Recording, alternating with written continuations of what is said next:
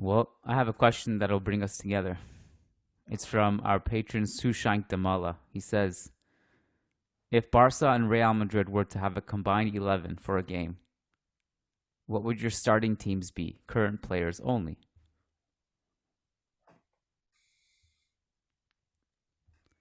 How do you want to do this? Did you think about this at all, or is it just a Barca 11?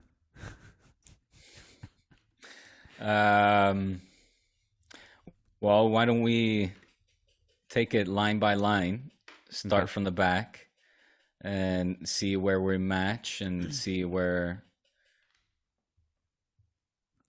where there might be overlap and where there's discrepancies. And what do you think of that? Yeah, we can do that.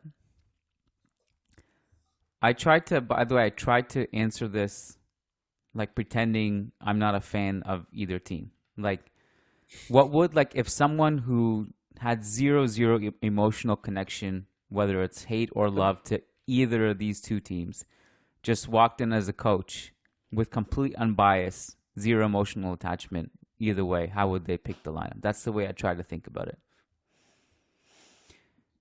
And I came away with every single Real Madrid player it's a Real Madrid 11. Is it really? No, I'm kidding. Goalkeeper, I actually struggle. That's the position I struggle with the most.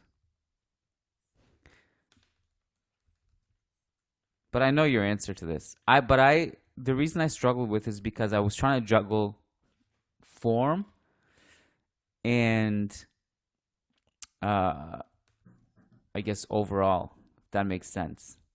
Mm-hmm. Because if it's based on form, I think it's Ter Stegen. And it's not that Courtois had a bad season. It's just that Ter Stegen was unreal this season. And in my opinion, one of the reasons Barca won the league, because those defensive numbers are a lot of them are down to him. And I think just based on that alone, I'd pick Ter Stegen. Yeah, for the same reasons, I would pick Ter Stegen. I was trying to see if, maybe age could play a factor, despite the fact that knowing, of course, that goalkeepers, their lifespan in football exceeds that of any other player. I mean, look at Buffon, for how long he was one of the top goalkeepers yet. But and with, if this was last season, that would be no argument. It would be Courtois. The same way that you mentioned Ter Stegen winning the league for Barca this season, you could say the same for Courtois winning the Champions League for Real Madrid last season. Yeah. That's. But since we're basing, there's recency bias at play. My pick will also go for C. German goalkeeper.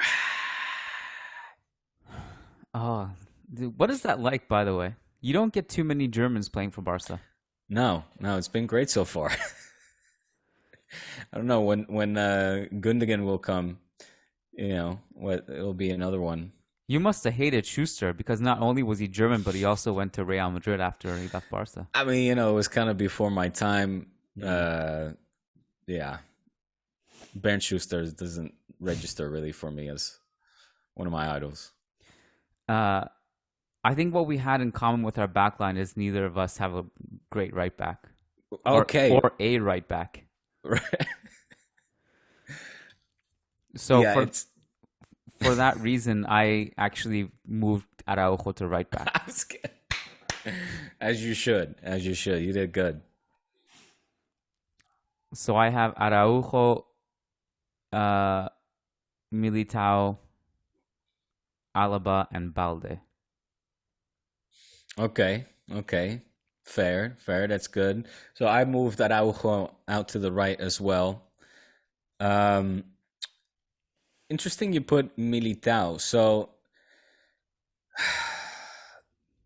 that's like the least controversial choice. He's one of the best center backs in the world. I don't know, man. So you're picking him over Rudiger any day then?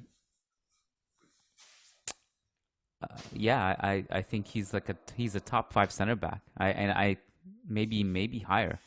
I think at one point I thought he was the best center back in the world, and I still think he has that ceiling. He does have a stretch once a season where he makes a few mistakes, but overall, in terms of ability, leadership, everything, I think Militao is indisputable. So I had Araujo, Koundé, Rudiger, and Balde. You really like Koundé, huh? I don't trust that guy. I don't know. I hear you. I hear the mistakes, and it's a toss up for me who would be at right back, whether it's Koundé or Araujo. I chose Araujo because I think his performances in the right back position have been better than those of Koundé when push came to shove, meaning when that back line was tested. I still hail Koundé as a top center back. And, as much as people were having a field day with Rudiger in what game was it? The Holland first leg City? Yes. Great performance. I still think that he's, for your back line at least, one of your strongest assets. Am I sleeping on Militao? Based on what you're saying, I guess perhaps. But then again, looking at the fact that you have David Alaba there, it's a position that you guys are very deep in. And I mean, for this exercise, I chose Rudiger, then Balde in left back. I was a little bit surprised not to hear Camavinga being tossed on your part. He's not a left back. No, he's not a left back. Because we all know that Bellingham is also going to be playing in that left back position at some point. But Bellingham might have to play right back. But I think, the problem with Rudiger in that lineup is that, like, if this question was posed last year, like in last summer when we signed him from Chelsea, I think Rudiger starting 11 is totally, like, he was one of the best center backs in the world. And he proved, like, that game against Holland was amazing. I think he proved that he still has that. I think the problem with putting Rudiger in this 11 is that he's third choice behind Alaba and Militao. So how could you just all of a sudden, it's kind of tough. Like, he just didn't have that overall good season, whether it was, some of that was not his fault. Like, he was just third choice. And some of those games he could have played a little better, but it's true he had really amazing game in that City first leg, and really good. Yeah, I mean, he single-handedly took out Haaland in that game, and that was a top priority for you guys, obviously. I am surprised about this choice, though. You do know what national team Rudiger plays for, right? So what about Alaba then? Yeah, I had Alaba as my starter. I had Militao, Alaba. Can you? Okay, sorry. You had. Oh, okay. Yeah, I got you. Okay. All right. So we're going with 4-3-3. I'm assuming, right? Yep. So I'll just tell you who I have in midfield. Sure. I have Camavinga, Bellingham, and Pedri.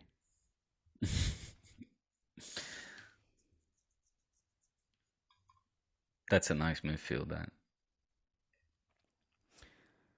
I thought about Tchouaméni, but that would mean benching Camavinga. And so I don't think Camavinga's best position is defensive midfielder either, but he can play that role, so I just put him there. And I think that would be pretty incredible. Like, from a talent perspective, that midfield, it'd be hard to take the ball off those guys. And they have the defensive part down. They have the pressing down. They have the youthful energy. I think that would be pretty hard. That might be the best midfield in the world. Like, if you're building around three players. My problem with either Frankie or Gavi is like, if I could take their peak, like their top performances, like I'll put a Frankie in my starting 11 any day if I know he's gonna give me the best version of Frankie. And I've just not been very impressed with Frankie of late, meaning with the Dutch national side for the Nations League. Isn't that part not his fault though? Isn't it kind of a mess, like the whole thing? Yeah. Look, if I'm gonna put in Pedri, Frankie, and Bellingham, or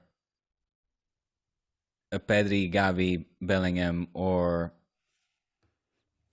Pedri, or have yours, Pedri, Camavinga, Bellingham, or Pedri, Frankie, Gundogan.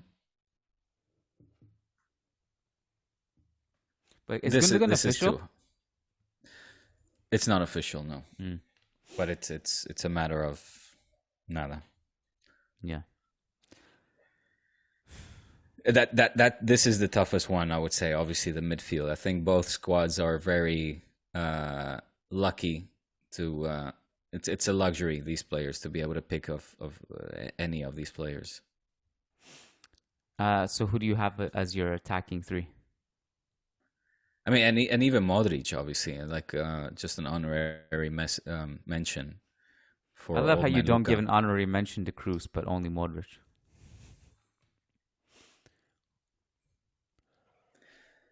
In the attack, my friend, I've got Hazard, Mariano. No. Well, you've got Bobby in 9. Who's Bobby? Is that Robert. what we're calling him now? Bobby Lewandowski, sure. Okay. I'll put Vinny on the left. That must have taken a lot out of you to say that. No. You said it with like pain in your heart. No, I've always given Vinny his props. Even when the Madridista mob was down on Vinny, I was backing him. That's and fair. I put Dembus on the right.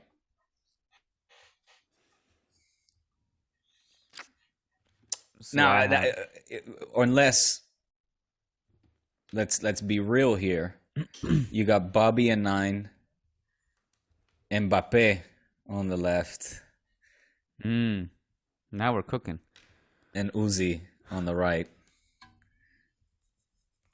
Well, Has Vinny played on the right? here and there, but he can't really play there. Well, you took my Mbappe joke, so I can't put it in there. Oh, sorry. I'm gonna go Vinny, Lewandowski, and Rodrigo. Rodri over Dembus, huh? Yeah.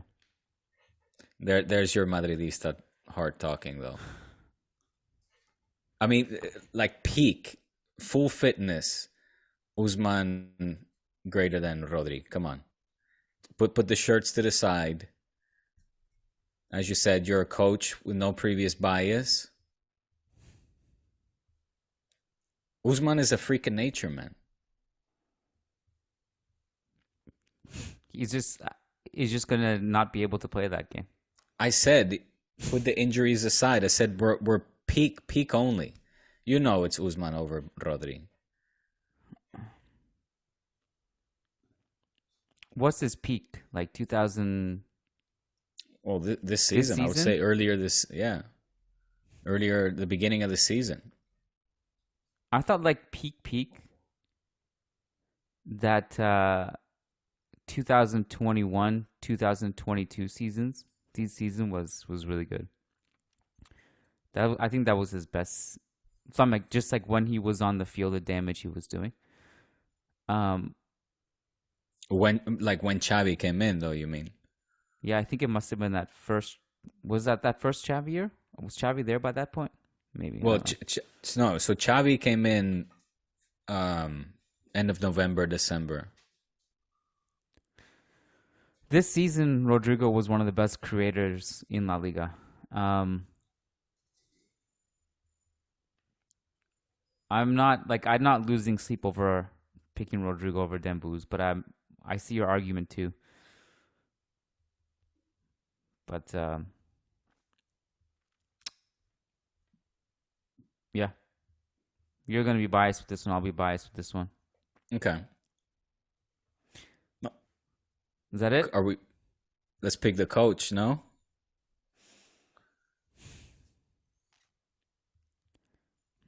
Okay.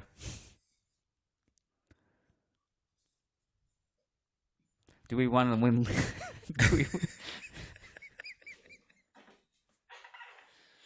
we want to win the league or Champions League?